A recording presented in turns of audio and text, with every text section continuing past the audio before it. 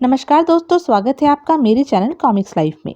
शुरू करते हैं मनोज कॉमिक्स की एक और मज़ेदार कॉमिक्स, सोने का बाण। सोने का बाण, चित्रांकन प्रदीप सोनी, लेखक डॉक्टर महेंद्र मित्तल। पूर्व दिशा में वर्धमान नाम का एक नगर था। प्राचीन काल में वीरभुज नाम का एक राजा वहां राज करता था। राजा के रनिवास में 100 रानियां थीं, किंतु उनमें से एक भी पुत्रवती नहीं थी। इसी से राजा बहुत चिंतित रहता था। महामंत्री, हम यही सोचते हैं कि हमारे बाद हमारे वंश को चलाने वाला कौन होगा। क्या हम निसंतान ही मर जाएंगे? ऐसा न कहिए महाराज, परमात्मा जरूर आपकी सुनेगा। ज्योतिषी जी ने कहा है कि आप 100 पुत्रों के पिता बनेंगे, पर इसके लिए आपको पुत्रेष्टि यज्ञ करना होगा और 100 बकरों की बलि चढ़ानी होगी। नहीं महामंत्री, पुत्र प्राप्ति के लिए हम निरीह पशुओं की बलि नहीं चढ़ा सकते, भले ही हम निसंतान रह जाएं। फिर तो कोई उपाय नहीं है महाराज। जीव हत्या के अतिरिक्त जो दूसरा उपाय ज्योतिषी जी ने सुझाया है वह और भी कठिन है। वह दूसरा उपाय क्या है महामंत्री जी, आप हमें बताइए। जीव हत्या के अतिरिक्त दूसरा उपाय कितना भी मुश्किल क्यों न हो, हम उसे आजमाएंगे। मंत्री ने दूसरा उपाय बताया। महाराज, अमावस की अंधेरी रात में आपको मुर्दा घाट से जलती हुई चिता की लकड़ी लानी होगी और उससे पुत्रेष्टि यज्ञ की अग्नि प्रज्वलित करनी होगी। इसमें क्या कठिनाई है? यह कार्य तो मैं चुटकी बजाते कर लूंगा। अभी मेरी बात पूरी नहीं हुई है महाराज। ज्योतिषी जी ने यह भी कहा है कि यज्ञ की समाप्ति पर सभी रानियों को यज्ञ की राख के लड्डू बनाकर खाने होंगे, तभी उनकी मनोकामना पूर्ण होगी। ओह, समझा। स्वादिष्ट भोजन करने वाली रानियों के लिए शायद राख के लड्डू खाना संभव न हो। तभी रानी गुणवश ने वहां प्रवेश किया। क्यों नहीं संभव होगा स्वामी, आप चिंता छोड़कर पुत्रेष्टि यज्ञ का आयोजन कीजिए। संतान के लिए मैं राख के लड्डू भी खाऊंगी। हमें तुमसे यही आशा थी महारानी, लेकिन बाकी रानियां भी ऐसा कर पाएंगी, इसमें हमें संदेह है। आपको हम पर भरोसा रखना चाहिए स्वामी। मुझे विश्वास है कि पुत्र प्राप्ति के लिए मेरी सारी बहनें राख के लड्डू अवश्य ग्रहण करेंगी। आप कहती हैं तो हम अवश्य प्रयास करेंगे महारानी। आने वाली अमावस की रात्रि में हम स्वयं मुर्दा घाट जाएंगे। अमावस की रात को राजा वीरभुज शमशान में पहुंचा और उसने एक जलती हुई चिता से लकड़ी खींची। लेकिन राजा जलती हुई लकड़ी लेकर जैसे ही पलटा, उसे अपने पीछे एक भयानक अट्टहास सुनाई दिया। हा हा हा हा, हु हु हु हु। राजा ने वापस पलटकर अट्टहास करने वाले पिशाच को देखा। तुम कौन हो भाई, और इस प्रकार क्यों हंस रहे हो? राजन, मैं इस शव का पिशाच हूँ। मुझे तेरी नादानी पर हंसी आ रही है। नादानी? कैसी नादानी? यही जो तू कर रहा है। जिन पुत्रों की कामना हेतु तू यज्ञ करना चाहता है, वे ही तेरे दुखों का कारण बनेंगे। पर संतान की कामना तो हर व्यक्ति करता है, दुख सुख तो जीवन के साथ लगे ही रहते हैं। तुम ठीक कहते हो राजन, परंतु जानबूझकर तो कोई मुसीबत मोल नहीं लेता, जैसी कि तुम इस समय ले रहे हो। पिशाच की बात सुनकर राजा वीरभुज सोच में पड़ गया। बात फिर भी उसकी समझ में नहीं आई। भाई, मैं तुम्हारी बात ठीक से नहीं समझ पा रहा हूँ। तुम खुलासा करो कि पुत्रेष्टि यज्ञ द्वारा संतान प्राप्त करके मैं किस तरह मुसीबत में पड़ जाऊंगा। राजन, जिस चिता की लकड़ी तूने उठाई है, वह चिता एक बहुत ही स्वार्थी आदमी की है। अतः इस चिता की अग्नि से तो जिस पुत्रेष्टि यज्ञ को करेगा, उससे प्राप्त होने वाली संतान भी अत्यंत स्वार्थी होगी। तो इससे क्या, दुनिया में स्वार्थी कौन नहीं है। मैं यह यज्ञ करना चाहता हूँ, यह भी तो मेरा स्वार्थ है। राजन, मेरा काम तुझे चेतावनी देने का था। तू नहीं मानता तो जा, अपने आने वाले भविष्य को भोगने के लिए तैयार रहना। राजा ने पिशाच की चेतावनी को अनसुना कर दिया और पलटकर तेजी से चल दिया। भोर होते ही राजा ने ज्योतिषाचार्य ब्राह्मण ब्रह्मनिधि द्वारा बताई विधियों से मंत्रोच्चारण करते हुए पुत्रेष्टि यज्ञ प्रारंभ किया। यज्ञ के बीच में ही रानियों के मध्य कानाफूसी होने लगी। कुछ भी कहो बहन, संतान मिले या ना मिले, मुझसे तो राख के लड्डू नहीं खाए जाएंगे। ज्यादा बातें मत बना, सबसे पहले तू ही राख ठूसेगी अपने मुंह में। दूसरी रानी की बात सच निकली। जब यज्ञ की समाप्ति पर राख के लड्डू बांटे जा रहे थे, तब वही रानी सबसे आगे थी। मुझे दो, पहले मुझे दो। चल चल, बड़ी आई पहले लेने वाली। नहीं, पहले मुझे, तू पीछे हट। देवियों, गड़बड़ मत करो, लड्डू बहुत हैं, सभी को मिलेंगे। एक रानी जिसे लड्डू सबसे पहले मिला था, उसने जैसे ही लड्डू खाया उसका मुंह बिगड़ गया। बड़ा खराब है यह तो। मर मत, ले पानी से सटक जा जल्दी। एक मोटी रानी ने लड्डू खाकर अपने पेट पर हाथ फेरते हुए डकार ली। यह तो हजम हो गया, पर दूसरा नहीं मिलेगा। 2 खा लिए तो जुड़वा बच्चे पैदा होंगे। ठिठोली करती रानियों के झुंड से अलग एक सुंदर रानी बेलावती कुछ अन्य रानियों के साथ अत्यंत गंभीर थी। तुम सब मूर्ख हो। महारानी गुणवरा ने हम सभी को मूर्ख बनाया है। हम सब यहाँ राख के लड्डू खा रहे हैं और वह राजा के साथ गायब है। बेला दीदी, मैं भी यही सोच रही थी। क्या संतान की इच्छा महारानी को नहीं है? क्यों नहीं है? उसे ही सबसे ज्यादा पुत्र की इच्छा है। जरूर उसने हमारे साथ कोई छल किया है। राख के ये बेस्वाद लड्डू हमें भिजवाकर वह जरूर एकांत में कोई स्वादिष्ट लड्डू का प्रसाद ग्रहण कर रही होगी। फिर चलो दीदी, चलकर उन्हें ढूंढे। यज्ञ समाप्त होते ही महाराज के साथ वह कहाँ चली गई हैं? आओ मेरे साथ। जब तक गुणवरा राख का यह लड्डू नहीं खाएगी तब तक हम भी नहीं खाएंगे। हम तुम्हारे साथ हैं दीदी। दूसरी ओर महल के मंदिर में राजा और महारानी देवी माँ की मूर्ति के सम्मुख बैठे प्रार्थना कर रहे थे। हे देवी माँ, हमारी मनोकामना पूर्ण करना। देवी माँ, मेरी सभी बहनों को पुत्र देना। पूजा करके महाराज वीरभुज और महारानी गुणवरा मंदिर से बाहर आए तो बेलावती के साथ कुछ रानियों को देखकर चौंक पड़े। क्या बात है बेला रानी, तुम कुछ गुस्से में दिखाई देती हो। महाराज, संतान की जरूरत तो महारानी को भी है, फिर क्या ये राख के लड्डू हमारे ही भाग्य में लिखे हैं? बेलावती की बात सुनकर महारानी गुणवरा मुस्कुराकर आगे बढ़ी। ऐसा क्यों सोचती हो बेला बहन? भगवान के दर्शन करके मैं तो स्वयं अपना प्रसाद लेने आ रही थी। आओ चलो, मैं भी तुम्हारे साथ राख का लड्डू ग्रहण करूंगी। महाराज वीरभुज महारानी गुणवरा और बेला के साथ यज्ञ भूमि में पहुंचे। आचार्य, महारानी का प्रसाद ले आइए। ज्योतिषाचार्य को चुप देखकर महाराज वीरभुज ने हैरानी में भरकर पूछा, क्या बात है आचार्य, आप खामोश क्यों हैं? महारानी को प्रसाद दीजिए ना। महाराज, मैं बहुत शर्मिंदा हूँ, आपका अपराधी हूँ। महारानी के लिए प्रसाद का जो लड्डू मैंने रखा था, मैं उसकी रक्षा नहीं कर सका। वह लड्डू। राजा को क्रोध आ गया। क्या हुआ प्रसाद के लड्डू को? बोलिए, किसे दिया आपने वह लड्डू? महाराज, कुछ देर के लिए मैं अपनी इस विधवा पुत्री को महारानी के प्रसाद के पास छोड़कर दूसरी ओर गया था कि इस दुष्टा ने कौतूहलवश वह लड्डू खा लिया। तुरंत महामंत्री आगे बढ़े।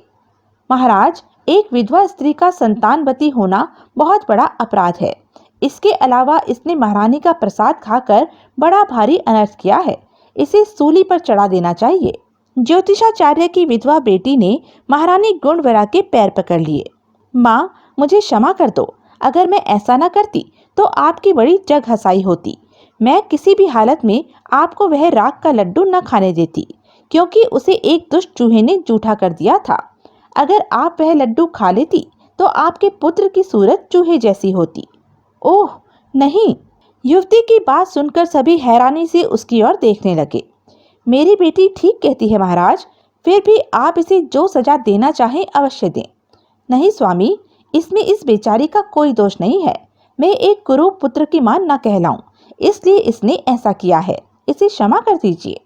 तुम ठीक कहती हो महारानी, लेकिन स्वामी, मैं पुत्रवती नहीं होंगी तो क्या हुआ? मेरी बाकी बहनें तो पुत्रवती होंगी। मैं उनके बच्चों को अपना ही बच्चा समझूंगी। तुम धन्य हो महारानी, पर तुम चिंता मत करो। मैं देखता हूँ कि यदि किसी रानी ने अपने हिस्से का लड्डू नहीं खाया होगा तो वह मैं तुम्हें दिलवा देता हूँ। नहीं स्वामी, मुझे किसी का हिस्सा नहीं चाहिए। महारानी। महारानी गुणवरा ने आचार्य की विधवा बेटी को अपने सीने से लगा लिया। आंसू पोंछ लो बेटी, आज से तुम मेरे पास ही रहोगी। तुम्हारा पुत्र राजमहल में ही जन्म लेगा। क्या नाम है तुम्हारा? रूपा। ठीक समय पर सभी रानियों ने पुत्रों को जन्म दिया। देखो महामंत्री, देखो, आज हम 99 पुत्रों के पिता बन गए हैं। सारे राज्य में धूमधाम से जश्न मनाओ। गरीबों को दिल खोलकर दान दो। आज हम बहुत खुश हैं। जो आज्ञा महाराज, ऐसा ही होगा। सारे राज्य में खूब खुशियां मनाई गई, आतिशबाजी छोड़ी गई। इन सारी खुशियों से दूर महारानी गुणवरा एक छोटे बच्चे को, जिसका चेहरा चूहे जैसा था, गोद में लिए देवी माँ के मंदिर में बैठी थी। माँ, तूने इस बालक को जन्म देते ही इसकी माँ को इस धरती से उठा लिया। तूने यह क्या किया माँ? मैंने इसकी मरती हुई माँ को इसे पालने और इसकी ठीक से परवरिश करने का वचन दिया है। मुझे अपना वचन पूरा करने की शक्ति देना माँ।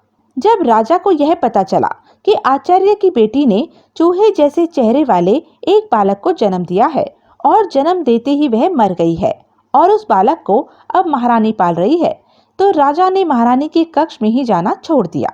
क्या बात है स्वामी, अब आप महारानी के कक्ष में नहीं जाते? उस मूर्ख का नाम मत लो प्रिय। मुझे उस चूहे जैसे बालक की शक्ल से सख्त नफरत है। महारानी को भी न जाने क्या सूझा है जो उसकी परवरिश कर रही है। समय के साथ साथ सभी बालक बड़े हो गए। बेला के लड़के का नाम था निर्वास भुज। एक दिन बेला ने अपने बेटे से कहा, बेटा निर्वास भुज, तेरे पिता का सबसे ज्यादा प्यार तुझी पर है। अगर तुझे इस देश का राजा बनना है तो अपने सभी भाइयों को दबा कर रखना। माँ, मैं राजनीति खूब भली भांति समझता हूँ। जो भी मेरे रास्ते में आएगा मैं उसे हमेशा के लिए खत्म कर दूंगा। शाबाश बेटा, मुझे तुमसे यही आशा थी। तुम फिक्र मत करो माँ, इस देश का राज मुकुट मेरे सिर पर ही रखा जाएगा। दूसरी ओर महारानी गुणवरा एक दिन अपने पुत्र गणेश को लेकर बीमार ज्योतिषाचार्य को देखने गई। बेटा गणेश, अब मेरा अंत समय आ गया है। मरने से पहले तुमसे एक वचन लेना चाहता हूँ। मैं वचन देता हूँ नाना जी, आप आज्ञा कीजिए, मैं अपने वचन का पालन करूंगा। बेटा, महारानी जी को कभी भी यह एहसास न होने देना कि तुम उनके पुत्र नहीं हो। कैसी बातें करते हैं नाना जी, मेरी माँ तो यही है। मैंने तो अपनी जन्म देने वाली माँ को कभी देखा ही नहीं, फिर मैं उसे अपनी माँ कैसे समझूंगा?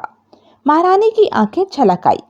यह क्या माँ, क्या तू इसलिए रोती है कि तेरे बेटे का चेहरा चूहे जैसा है? चल हट, बकबक करते हुए तुझे लाज नहीं आती? ज्योतिषाचार्य की मृत्यु के बाद एक दिन गणेश ने महारानी से कहा, माँ, मेरा मन भी धनुर्विद्या सीखने को बहुत करता है, पर मैं जब भी आचार्य के पास जाता हूँ युवराज भैया मुझे भगा देते हैं और मेरा मजाक उड़ाते हैं, साथ ही अपनी खूब डेंगे भी हाँकते हैं। बेटा, मैं तेरे पिता से कहूँगी कि वे तेरे लिए भी धनुर्विद्या सिखाने का प्रबंध कर दें। तो अपने भाइयों की बातों पर मत जाया कर, वे तेरी योग्यता को नहीं जानते। नहीं माँ, तुम पिताजी से कुछ मत कहना, वे मुझे अपना बेटा नहीं मानते। मैं तो बस तुम्हारा बेटा हूँ, तुम ही मेरी गुरु हो।